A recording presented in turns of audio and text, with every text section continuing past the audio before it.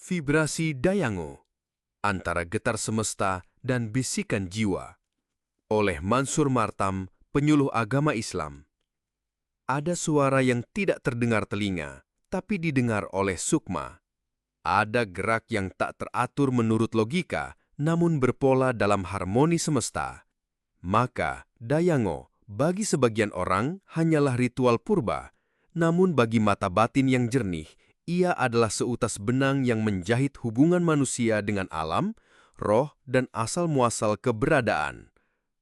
Dari kacamata fisika modern, semesta adalah simfoni energi. Tiada benda yang benar-benar diam, tiada ruang yang sepenuhnya hampa. Segala yang ada, bahkan tubuh manusia dan pikirannya, adalah pancaran gelombang, denyut resonansi. Dalam ruang Dayango, saat tubuh Wombua bergoyang dalam gerakan yang tak terduga, itu bukan hanya tarian mistis, melainkan pancaran frekuensi yang sedang menyesuaikan dirinya dengan getaran lingkungan. Ini sejalan dengan prinsip resonansi kuantum, di mana dua entitas akan saling menarik jika bergetar pada frekuensi yang selaras. Di balik mantra dan napas terengah, tersembunyi hukum fisika yang bekerja dalam diam. Beranjak ke psikologi dan ilmu syaraf, Dayango bukan sekadar atraksi, ia adalah perjalanan menuju kesadaran terdalam. Saat Wombua memasuki keadaan trans, otaknya menukik ke gelombang theta, wilayah alam bawah sadar yang juga dicapai dalam zikir khusyuk, hipnosis atau meditasi. Dalam momen itu, batas antara aku dan semesta memudar. Ia memasuki ruang antara sadar dan gaib, sebuah pengalaman psikospiritual yang membuka celah komunikasi dengan dimensi tak terlihat. Carl Jung menyebut ini sebagai pertemuan dengan arketipe, warisan memori kolektif yang ditanamkan oleh generasi terdahulu. Dari ranah filsafat timur dan fenomenologi, Dayango bisa dibaca sebagai pengalaman pralinguistik, mengalami sebelum mengerti, hadir sebelum menyadari.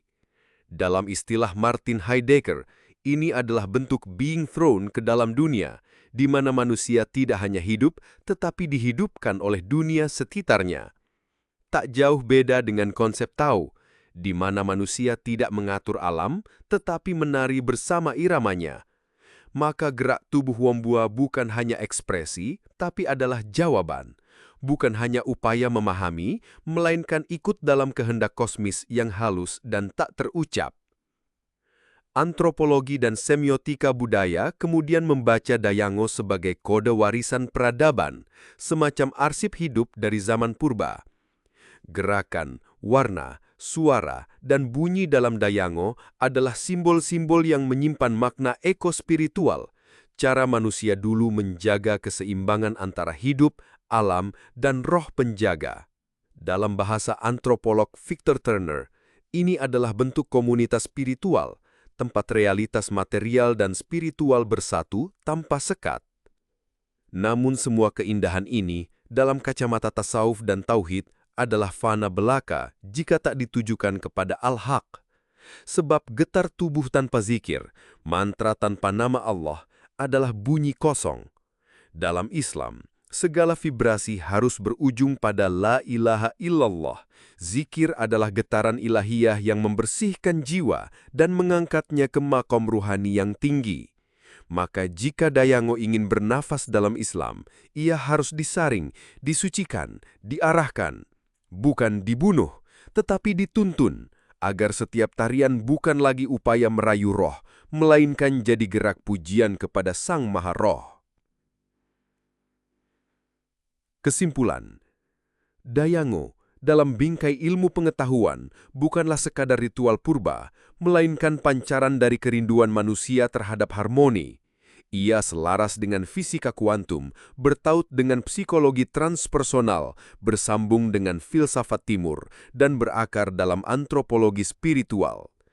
Tapi tak ada ilmu yang dapat membimbingnya jika ia jauh dari cahaya tauhid. Maka Dayango bukan untuk ditinggalkan, tetapi untuk dimuliakan dengan akal, dengan cinta, dan terutama dengan iman.